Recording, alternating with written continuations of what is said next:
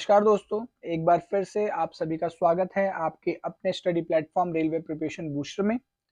तो जैसा कि रेलवे ने टेक्नीशियन ग्रेड 3 के आंसर की 6 जनवरी 2025 को जारी कर दिए हैं और उसके बाद हमने ऑलरेडी इसके ऊपर, ठीक है, इलेक्ट्रीशियन, वेल्डर 12th के जो जो कट ऑफ वीडियो जो इशू कर दिया गया है, क्या कट ऑफ रह सकती हैं उसके बारे में वीडियो हमने ऑलरेडी अपलोड कर दिया है। उम्मीद करता हूं आप लोगों ने देख लिया है, और अगर नहीं देखा है तो इसका उसका लिंक डिस्क्रिप्शन बॉक्स में आपको मिल जाएगा, वहां से जाकर आप देख सकते हैं। ठीक है, बाकी इसके अलावा इस वीडियो में हम बात करने वाले हैं फिटर के बारे में, यानी फिटर की कट ऑफ के ऊपर कि फिटर की कट ऑफ जो है वो 2024 में, ठीक है, क्या रह सकती है। ठीक है, और बेस होगा आपका बिल्कुल ओरिजिनल डेटा बेस्ड होगा, ठीक है, जिसको मैनेज किया गया है फिटर डेटा के अकॉर्डिंग। और उसके अलावा हम डिस्कस करेंगे हार्ड और इजी शिफ्ट में रॉ एवरेज मार्क्स के ऊपर। वैकेंसीज देखेंगे 2018 से 2024 में कितनी वैकेंसीज में कितना उतार चढ़ाव आया है। ठीक है, उसके बाद 2018 की कट ऑफ देखेंगे फिटर की क्या कट ऑफ गई थी, यानी कि लास्ट टाइम कितने मार्क्स पे सिलेक्शन हुआ था स्टूडेंट्स का। उसके अलावा अब 2024 में एक्सपेक्टेड कट ऑफ क्या रह सकती है, इसके बारे में भी शिफ्ट वाइज, कैटेगरी वाइज और जोन वाइज डिस्कस करेंगे। और सबसे अंत में बात करेंगे रिजल्ट के बारे में, जो रिजल्ट अवेटेड है, तो कितने समय में रिजल्ट रेलवे द्वारा जारी किया जा सकता है। तो इन सभी जो भी इंफॉर्मेशन हैं उसके लिए वीडियो में अंत तक बने रहें। तो आइए शुरू करते हैं आज का वीडियो। दोस्तों, अगर आप चैनल पे नए हैं तो चैनल को सब्सक्राइब करें, नोटिफिकेशन बेल को भी साथ में प्रेस कर दें ताकि आपको सारी नोटिफिकेशन ऑन टाइम मिलती रहें। इसके अलावा अगर वीडियो अच्छी लग रही हो तो वीडियो को लाइक और शेयर करना ना भूलें। आगे बढ़ते हैं। तो आंसर की जो है वो रेलवे द्वारा 6/1/2025 को जारी कर दी गई थी, जिसका जो एग्जाम था वो 20/12/2024 से 30/12/2024, ये टोटल 8 डेज में 23 शिफ्ट्स के अंदर एग्जाम हुए थे। ठीक है, इस एग्जाम में लगभग 16.5 लाख बच्चों ने अपीयर किया था। ठीक है, बढ़ते हैं आगे की तरफ। बात करते हैं हार्ड शिफ्ट और इजी शिफ्ट के बारे में। तो 23/12/2024 का जो डेटा अभी तक मिला हुआ है, उस डेटा के बेस पे 23/12/2024 के फर्स्ट शिफ्ट का एग्जाम जो था वो सबसे डिफिकल्ट एग्जाम में, और 26/12/2024 के फर्स्ट शिफ्ट का सबसे इजी शिफ्ट में माना गया है अभी तक रॉ एवरेज मार्क्स के बेसिस के ऊपर। ठीक है, और आप देख सकते हैं यहाँ पे लगभग 7 मार्क्स का डिफरेंस है जो आपके हार्ड शिफ्ट और इजी शिफ्ट है। तो इस क्या फर्क पड़ने वाला है इस एवरेज मार्क्स के डिफरेंस का, तो जो आपके नॉर्मलाइजेशन मार्क्स होंगे वहां पे इसका इम्पैक्ट आपको क्लियरली नजर आएगा। जब रिजल्ट आएगा तो उसमें जो इजी शिफ्ट वाले हैं उनके नॉर्मलाइजेशन में थोड़ी कम वृद्धि होगी, थोड़ी कम बढ़ोतरी होगी, जबकि जिनका टफ शिफ्ट है उनके एवरेज मार्क्स जनरली ज्यादा बढ़ेंगे। ठीक है, ये डिफरेंस रहेगा हार्ड शिफ्ट और इजी शिफ्ट का। इसके अलावा टोटल 23 शिफ्ट्स के एग्जाम थे जिनकी रैंकिंग ऑलरेडी मैंने पिछले वीडियो में डिस्कस करी है। तो पूरा अगर आप रैंक के जो चार्ट है वो देखना चाहते हैं तो आप पिछले वीडियोस के अंदर रिकमेंड कर सकते हैं, जो 12th पीसीएम का या वेल्डर का जो वीडियो है उसके अंदर आपको मिल जाएगा। ठीक है, तो बढ़ते हैं आगे की ओर।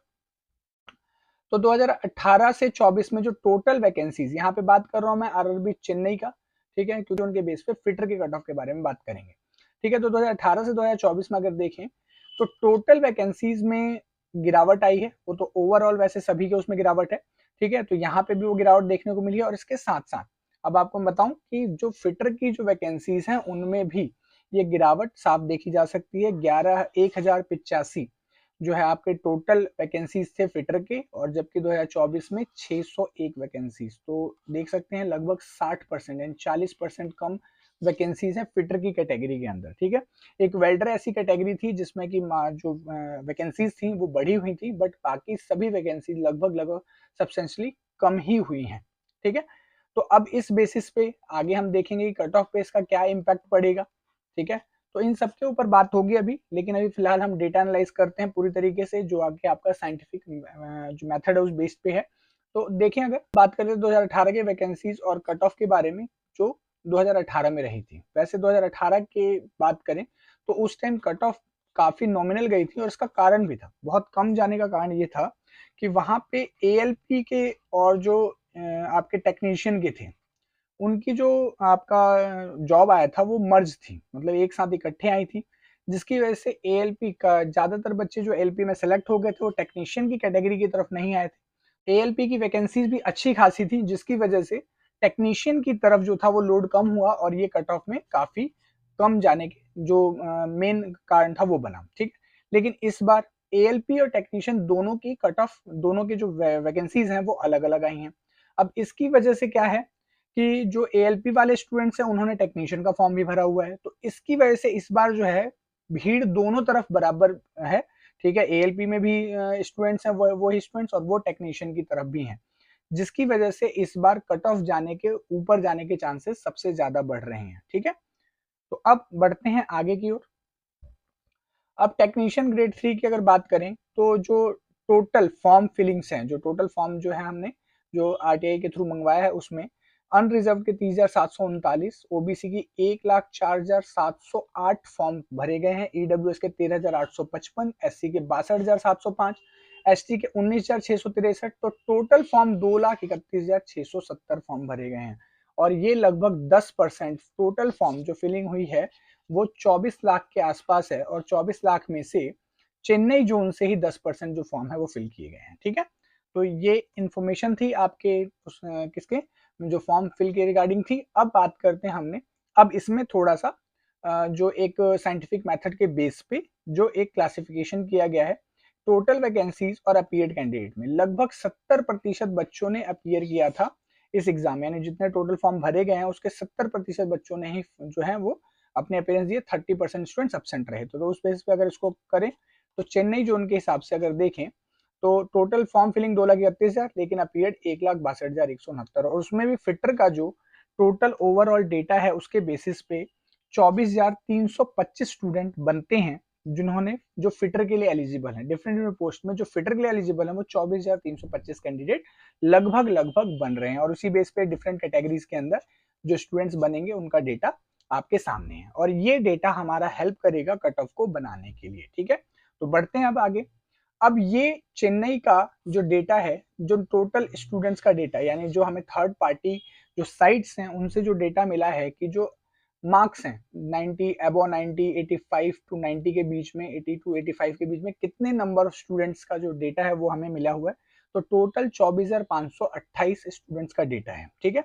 और उसमें से अगर हम बात करें फिटर के बारे में, तो फिटर के 3837 कैंडिडेट का डेटा उसमें से हमें मिला हुआ है, ठीक है। तो अराउंड ये 15% डेटा है जो कि फिटर की तरफ है, एंड टोटल में से 15% जो है वो फिटर पोस्ट के लिए एलिजिबल कैंडिडेट्स हैं, ठीक है। तो अब इसी यही बेस होगा हमारे आगे के जो हमने डिफरेंट टाइप के जो मेथड्स यूज किए हैं उसमें, ठीक है। तो अब प्रपोर्शनल डेटा के बारे में बात करें तो जो हमारा ये डेटा है, अब इस बेसिस पे 90 से आप ऊपर देख सकते हैं 6 स्टूडेंट्स हैं टोटल, जिसमें अनरिजर्व 4, ओबीसी 2, 85 टू 90 69 स्टूडेंट, जिसमें 16 स्टूडेंट अनरिजर्व के, 43 ईडब्ल्यूएस के 5, एससी के 5, एसटी के 0। तो इस तरीके से डिफरेंट कैटेगरीज के अंदर आपको नंबर ऑफ स्टूडेंट्स का डेटा दिख जाएगा। अनरिजर्व के 408 स्टूडेंट्स का डेटा है, ओबीसी के 2009 स्टूडेंट्स का डेटा है, ईडब्ल्यूएस के 277 का, एससी के 878 स्टूडेंट्स का, और एसटी के 265 स्टूडेंट्स का डेटा जो है वो मिला हुआ है अभी तक टोटल, ठीक है। अब हमने इसको फॉर्म फिलिंग के बेस पे, यानी जो फॉर्म फिल हुए हैं, तो मैंने जैसे आप लोग बताया लगभग 24,000 स्टूडेंट्स का जो डेटा है वो 24,000 स्टूडेंट्स जो हैं वो लगभग हैं किसके अंदर, आपके फिटर कैटेगरी के अंदर। तो उसी हिसाब से इस डेटा को जो प्रपोर्शनेट बनाया गया है। अब प्रपोर्शनेट बनाने के बाद हमारे पास जो डेटा आ रहा है 90 से 15 स्टूडेंट्स 90 अबो हैं, 85 से 90 71 students, 80 to 85 180 students, 75 to 84 99 students. तो इस तरीके से टोटल 24,000 स्टूडेंट्स का डेटा, अनरिजर्व में 3,004 स्टूडेंट्स, ओबीसी में 11,015 स्टूडेंट्स, ईडब्ल्यूएस में 1,545 स्टूडेंट्स, एससी में 6,440 स्टूडेंट्स, और एसटी में 2,073 स्टूडेंट्स टोटल हमारे बन रहे हैं, जो कि लगभग नियरेस्ट है जो अपीयर्ड, जो एवरेज एक अपीयर्ड हमने लगाया है उसके आसपास ये डेटा बन रहा है, ठीक है। अब इसके बाद इसमें एक जो फिल्टर यूज किया गया है वो ये यूज किया गया है कि जो स्टूडेंट्स, ठीक, जो स्टूडेंट्स फिटर के लिए एलिजिबल हैं वो अदर कैटेगरी में भी जो है एलिजिबल हैं, ठीक है। जैसे इलेक्ट्रीशियन के लिए 12th कैंडिडेट्स, ठीक है, 12th कैंडिडेट हैं वो भी। तो यानी जो फिटर के कैंडिडेट्स हैं वो मल्टीपल, ठीक है, मल्टीपल जो इसमें फिटर कैंडिडेट्स जो फिटर सोली फिटर के लिए हैं, उसके अलावा जो इलेक्ट्रीशियन है वो फिटर में भी हैं, ठीक है, यानी उन पोस्ट के लिए, और 12th वाले स्टूडेंट्स हैं वो भी फिटर में हैं। तो हम इस बेस पे कह सकते हैं कि फिटर में स्टूडेंट्स जो होंगे वो और भी कम आएंगे किसके बेस पे? क्योंकि बाकी कुछ 12th वाले में सेलेक्ट हो जाएंगे, कुछ जो फिटर के एलिजिबल है लेकिन इलेक्ट्रीशियन में भी वो सेलेक्ट हो जाएंगे, और इस तरीके से डिफरेंट डिफरेंट करके हमारे पास टोटल जो है लगभग हमने 70% स्टूडेंट्स बनाए हैं। जो 70% स्टूडेंट्स जो है 30% जो है वो फिल हो जाएंगे, तो सोली जो हमारे पास सिर्फ फिटर के लिए बचेंगे वो 70% स्टूडेंट्स बचेंगे। ठीक है, तो इस बेसिस पे data above 90 12, 85 to 90 51, 80 to 85 126, 75 to 80 349, इस तरीके से स्टूडेंट का डेटा आया है और अनरिजर्व की डिफरेंट कैटेगरीज हैं। ठीक है, तो ये रहा डिफरेंट कैटेगरी के हिसाब से। अब एक फिल्टर और, ठीक है, जो ये है कि जो ओबीसी, एससी और एसटी के जो स्टूडेंट्स हैं वो एज रिलैक्सेशन को कैरी करते हैं। ठीक है, तो इस हिसाब से ये जो डेटा है प्रीवियस डेटा, इसको ओबीसी, एससी और एसटी को दो पार्ट में डिवाइड कर दिया गया है। एक जो एज रिलैक्सेशन लेते हैं, एक वो जो एज रिलैक्सेशन नहीं लेते हैं। सेम यहाँ पे भी वही कंडीशन है। ठीक है, अब इसका क्या बेनिफिट होता है? इसका बेनिफिट ये है कि जो स्टूडेंट्स ओबीसी, एससी, एसटी के एज रिलैक्सेशन नहीं लेते हैं वो अनरिजर्व कैटेगरी के ऊपर भी एलिजिबल रहते हैं। ठीक है, और ये जो स्टूडेंट्स हैं सिर्फ ओबीसी स्टूडेंट्स के जो नंबर हैं, जो सीट्स हैं, उनके ऊपर फाइट करेंगे। सेम एससी वाले में भी यही होगा और एसटी में भी यही होगा। तो ये एक फिल्टर है बिल्कुल जो प्रॉपर जो रेलवे फॉलो करे या जो डिफरेंट एग्जाम्स में फॉलो किए जाते हैं उस मेथड्स के ऊपर ये जो मेथड है वो डिपेंड है। ठीक है, तो ये अब आपके पास स्टूडेंट्स डिफरेंट डेटा सामने है आप लोगों के।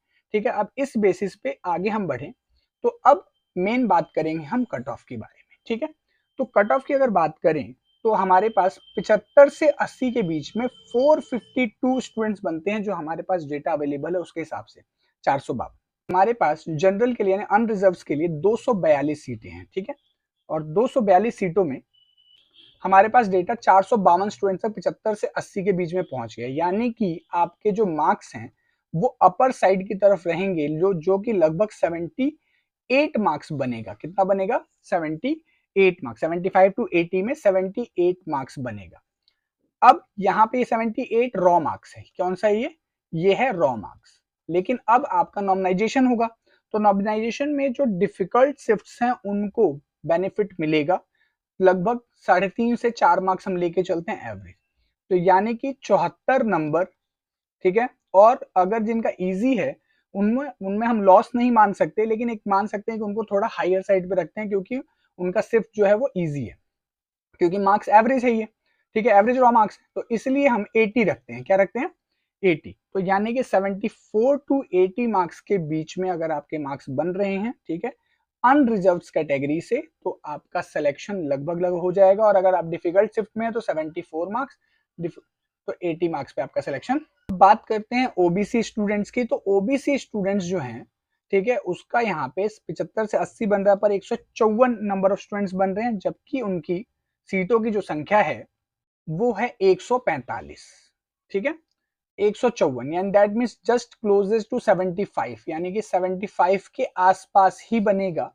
अब hard shift and easy shift के बेसिस पे अगर हम थोड़ा सा नीचे की तरफ जाएं तो 71 टू 77 मार्क्स के बीच में जो है ओबीसी कैंडिडेट का सिलेक्शन हो जाएगा। ठीक है, ये हार्ड शिफ्ट के लिए और ये इजी शिफ्ट के लिए। ठीक है दोस्तों, आगे बात करें ईडब्ल्यूएस कैंडिडेट 65, तो इसकी सीटों की संख्या जो है वो लगभग 56 सीटें हैं, सॉरी 58 सीटें हैं। थोड़ा सा ही अपर है 70 से 75 में, तो ये लो साइड पे रहेगा, यानी लगभग 71 मार्क्स। ठीक है, और 71 मार्क्स फिर वही 4 से 5 मार्क्स हम डाउन जा सकते हैं इसमें, एवरेज मार्क्स का एवरेज 4 लेके चले तो 67 टू 73 मार्क्स के बीच में कट ऑफ रहने के चांस है ईडब्ल्यूएस के। ठीक है, एससी की बात करें तो एससी की सीटों की संख्या भी लगभग 100 के आसपास है। एससी की टोटल 100 सीटें हैं, 100 सीट और यहाँ 136, तो 70 से थोड़ा सा ऊपर और 75 के बीच में, जो कि 73 मार्क्स का बनता है। तो इनका जो कट ऑफ रह सकता है वो आपका 69 टू 75 के बीच में रह सकता है। ये कट ऑफ का एक रेंज है। ठीक है, और अब बात करते हैं एसटी की, तो एसटी की सीटों की जो संख्या है वो लगभग 56 सीटें इसके अंदर हैं। 56 सीटें हैं एसटी की, और यहाँ पे टोटल हमारा 80 तक गया है 65 से 70 में, तो ये मिडिल पार्ट पड़ेगा लगभग, यानी कि 67 मार्क्स। 67 यानी कि 63 से लेकर 69 तक ये कट ऑफ रहने के चांस है। तो ये फिटर की कट ऑफ है, और आप देख सकते हैं बिल्कुल रॉ मार्क्स है। ठीक है, जिसके बेसिस पे तो अनरिजर्व के लिए 74 to 80 मार्क्स, ओबीसी के लिए 71 to 77, ईडब्ल्यूएस के लिए 67 to 73, एससी के लिए 69 to 75 और एसटी के लिए 63 to 69 मार्क्स जो है वो इजी शिफ्ट हो या डिफिकल्ट शिफ्ट हो, इनके बीच में उनका सिलेक्शन जो है वो हो जाएगा। ठीक है स्टूडेंट्स, तो ये रहा कट ऑफ कैटेगरी वाइज। ठीक है, तो और इसके अलावा यहाँ पे शिफ्ट वाइज जो हमने बात करी इसकी कट ऑफ की। ठीक है, अब कुछ स्टूडेंट्स जिनका कहना यह है कि कट ऑफ इतनी हाई नहीं जा सकती, तो मैं आप लोगों को कुछ कारण बता दूं जिनकी वजह से ये जो आपके कट ऑफ है वो इतनी हाई रहने के चांसेस क्यों बन रहे हैं। सबसे पहला, यहाँ पे जो आपका एग्जाम है वो सिंगल एग्जाम है, वन एग्जाम के बेस पे आपका सिलेक्शन हो रहा है। ठीक है, और उसके अलावा पिछली बार ये जो दो फेज में यानी कि टायर 1 टायर 2 दोनों ही यानी यहाँ पे हुए थे, सीबीटी 1 सीबीटी 2 दो एग्जाम हुए थे और सीबीटी 2 बेस जो कट ऑफ दी गई वो सीबीटी 2 बेस थी। यहाँ पे सिंगल एग्जाम है, उस बेस के ऊपर सिलेक्शन हो रहा है। दूसरा, एग्जाम जो थे वो इस बार इजी टू मॉडरेट रहे हैं, इजी टू मॉडरेट रहे हैं और इसकी वजह से बच्चों के मार्क्स, क्योंकि जो डेटा आपके सामने दिया जा रहा है जो लगभग 16,000 स्टूडेंट्स का, 24,000 स्टूडेंट्स का जो डेटा है वो आप लोगों द्वारा प्रोवाइड किया ही डेटा है, जो आप लोगों ने डिफरेंट अपनी कट ऑफ जो मार्क्स चेक किए हैं डिफरेंट साइट्स के ऊपर, उन साइट्स का ये जेन्युइन डेटा है। तो इसकी वजह से इसमें किसी तरह गलती होने के चांसेस नहीं है, किसी भी तरह का कोई डेटा को छेड़खानी करने के चांसेस नहीं बनते। नेक्स्ट, इसके बाद अगर हम बात करें तो पिछली बार एएलपी और टेक्नीशियन की जो जो वैकेंसीज थी वो एक साथ आई थी, जो अप्लाई करने के लिए सिंगल फॉर्म भरा गया था, तो वहां पे आपकी वैकेंसी समझो एएलपी और टेक्नीशियन मिला के डबल थी और कैंडिडेट्स उनके ऊपर वही थे। तो जिनका सिलेक्शन एएलपी में हुआ उनका टेक्नीशियन में नहीं हुआ, जिनका टेक्नीशियन में हुआ उनका एएलपी में नहीं हुआ। तो इसलिए वो सिंगल उसमें एग्जाम था, जो टोटल वैकेंसीज एएलपी और टेक्नीशियन दोनों को मिलाकर था वहां पे कंपटीशन। लेकिन यहाँ पे एएलपी के फॉर्म अलग फिल किए गए, टेक्नीशियन का अलग फॉर्म आया है, जिसकी वजह से कंपटीशन दोनों साइड पे बढ़ गया है। तो ये एक और जो चांस जिसमें कि कह सकते हैं प्रॉब्लम है, जिसकी वजह से कट ऑफ हाई जा सकती है। तो डिफरेंट मैंने आप लोगों को कट ऑफ के हाई जाने के कारण बताए हैं। ठीक है, स्टूडेंट्स कह रहे हैं कि इतनी हाई कट ऑफ नहीं जाएगी, but there are some reasons, ये रीजंस है जिसकी वजह से कट ऑफ हाई जाने के चांसेस बन रहे हैं। और जहां पे भी सिंगल एग्जाम रहता है, ठीक है, आप ग्रुप डी का एग्जाम देख लो, मास वैकेंसीज होने के बाद भी वहां की कट ऑफ जो है वो आपके 60-70 नंबर पिछली बार की कट ऑफ आप वहां पे ऑब्जर्व कर सकते हो। ठीक है, अब बात करते हैं इंपॉर्टेंट रिजल्ट डेट की, रिजल्ट कब तक। ठीक है, तो इन जनरल मैं पिछली वीडियो में बात कर चुका हूँ। ठीक है, अभी तक जो एक्सपेक्टेड ये बताया जा रहा है कि जनवरी के एंड, तो जनवरी तो लगभग चला गया। ठीक है, और अब आ गया फरवरी। अब फरवरी में भी वेट कर सकते हैं, फरवरी वेट करें। वैसे फरवरी में बता रहे हैं कि 3rd वीक तक एग्जाम जो है रिजल्ट घोषित करने की संभावना है। पर अभी जैसा कि रेलवे जो है आरआरबी ऑलरेडी फॉर्म फिल करा रही है ग्रुप डी की, और ग्रुप डी की जो लास्ट डेट है वो आपकी फरवरी 22 है। तो समझ लीजिए फरवरी 22 तक तो वो उन्हीं कामों में बिजी रहेंगे। तो हो सकता है, ठीक है, कि उसके बाद ये इसके रिजल्ट के बारे में सोचे, क्योंकि ग्रुप डी लगभग अभी लास्ट फॉर्म हो सकता है। इसके बाद अब सारा जो प्रोसीजर होगा वो एग्जाम और एग्जाम के रिगार्डिंग और रिजल्ट के रिगार्डिंग ही होगा।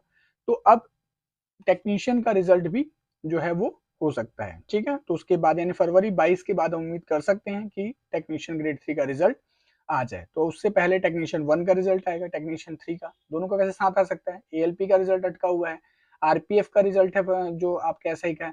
तो यहाँ पे अभी काफी सारी चीजें हैं रेलवे के पास। ठीक है, तो उम्मीद करते हैं कि रेलवे जल्द ही रिजल्ट दे दे। वैसे इसका मैंने आप लोगों को पहले ही बताया हुआ है, पास्ट रिकॉर्ड बहुत अच्छा नहीं है, बट उम्मीद आप हमेशा पॉजिटिव थिंक के रखें और अपनी तैयारी, अगर आप किसी अदर एग्जाम की तैयारी भी कर रहे हैं तो उसको करते रहें। मेरा कट ऑफ बताने का मतलब यही है कि अगर आप कट ऑफ के बीच में पढ़ रहे हैं तो ठीक है, लेकिन अगर कट ऑफ से इधर उधर हो रहा है थोड़ा बहुत भी, तो आप अपने डिफरेंट दूसरे एग्जाम की तैयारी शुरू कर दें। ठीक है, वीडियो पसंद आ रही हो तो वीडियो को लाइक शेयर करें, कमेंट करें।